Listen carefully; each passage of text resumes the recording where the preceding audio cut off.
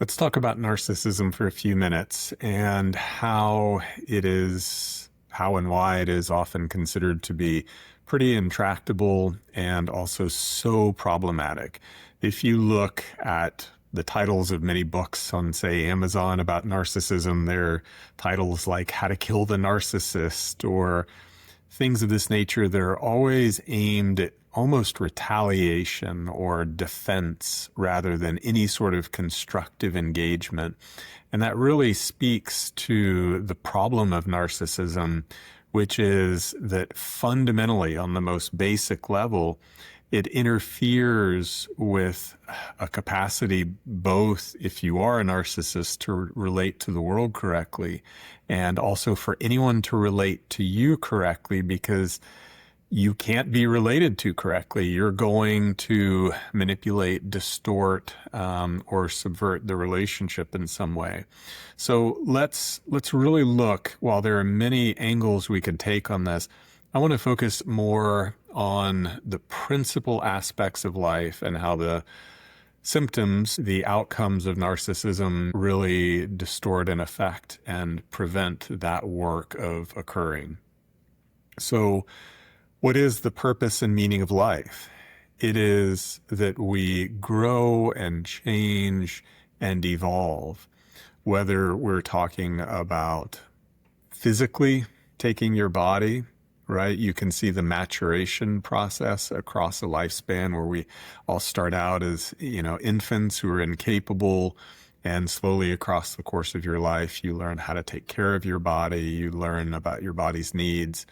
Or we're talking about our mind, and we start out with a mind that is highly conditionable and unskillful and doesn't know how to engage either with itself or with the world. And so part of the purpose of life is that natural process of growth, or what should be a natural process of growth and development.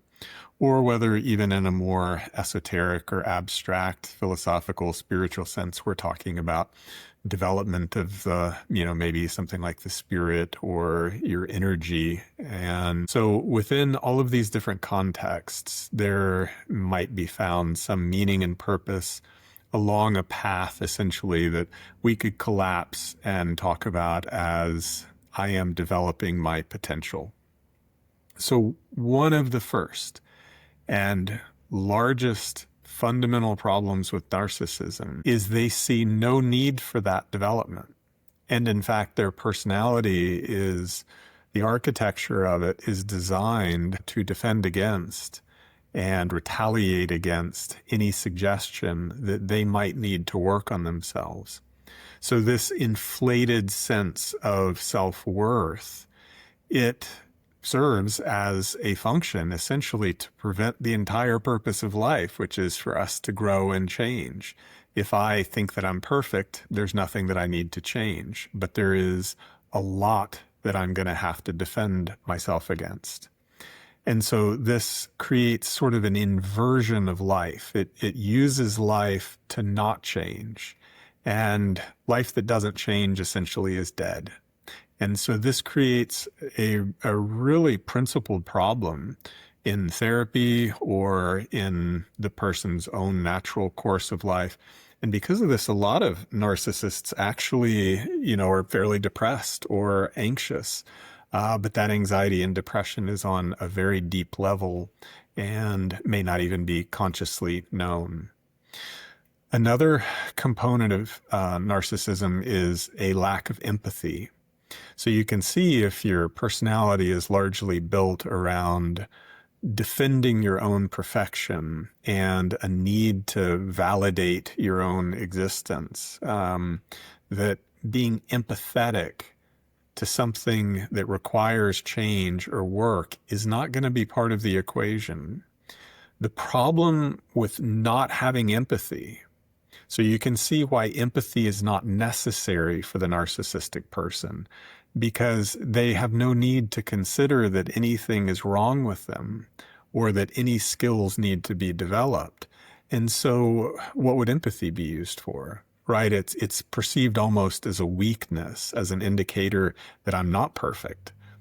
So in a normal person, in a person who's psychologically well and in tuned and in harmony with life, we see that there's lots of things that are in need of being addressed within us. We embrace the potential of life and its purposefulness, which is transformation and change and impermanence and growth and vibrance. And so in order for any of those things to occur, though, we need to both see that there is a transformation that life is asking of us, you know, a caterpillar turning into a butterfly or a plant growing and blooming sort of idea, that life asks this of us, and we can support that. We can nurture that. We don't have a reflexive, reactive sort of seeing that as a transgression or a problem. So empathy allows us to nurture those qualities in ourselves that need to be transformed. In some way, it's almost the essence of that energy, where compassion and empathy and nurturance facilitate and fuel and bring awareness to the essence of life, which is movement, which is taking, again, our potential and making it into more potential, or at least seemingly.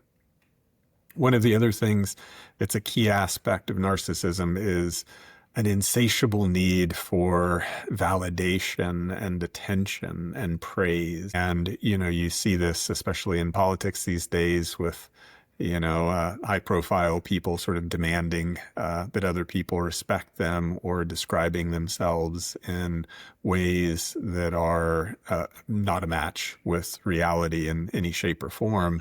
And so this requirement for validation, it serves to defend what doesn't really exist to begin with, which is a character, a personality structure that has some value and meaning. Being a manipulative, lying, unchanging human being that uses virtue signaling in order to garner praise or power or control over others is not only not a successful human being, but they can't be successful in anything that's an extension of that. So we need to look at this idea of this insatiable need for validation and praise, because what it also does is it short circuits the natural reward process, where in a relationship, I should be engaging with you, where I'm honest and open about what I struggle with. Now, this is not to burden you with my problems. You know, it's not that I come to you and I cry and complain about life and just say how hard it is and that I can't handle it. I need to be approaching the difficulty, the challenge, the work that I might need to do as a person skillfully. And that's what we need to be rewarded for. You would reward me for saying, you know what, good job, Dr. Flagg. You know, I know this is hard, but that's the right approach. And I'm here for you as, you know, you're seeing that life is hard, but it's supposed to be hard. How could you grow and change if it wasn't? That kind of reward, that kind of attention, that kind of validation is part of a natural process that facilitates our growth.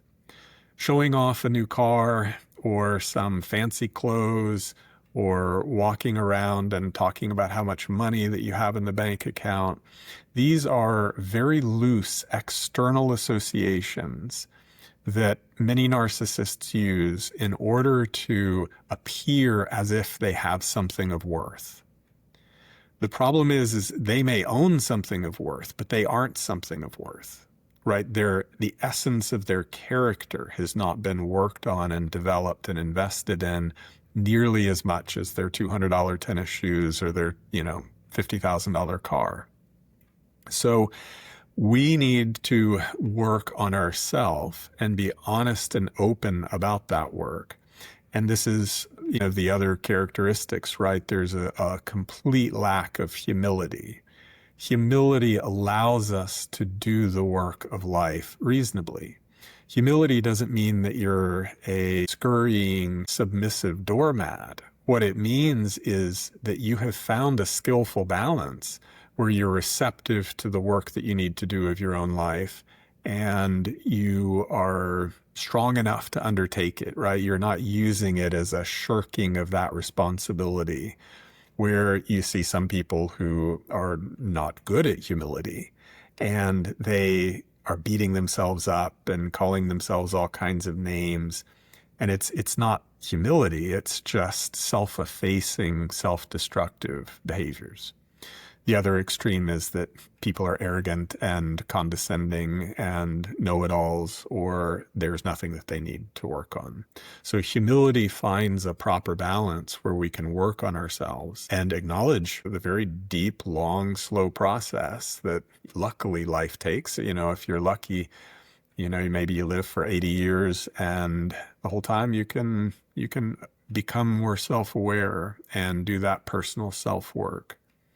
So these are a few of the characteristics of narcissism and how they fundamentally interfere with life.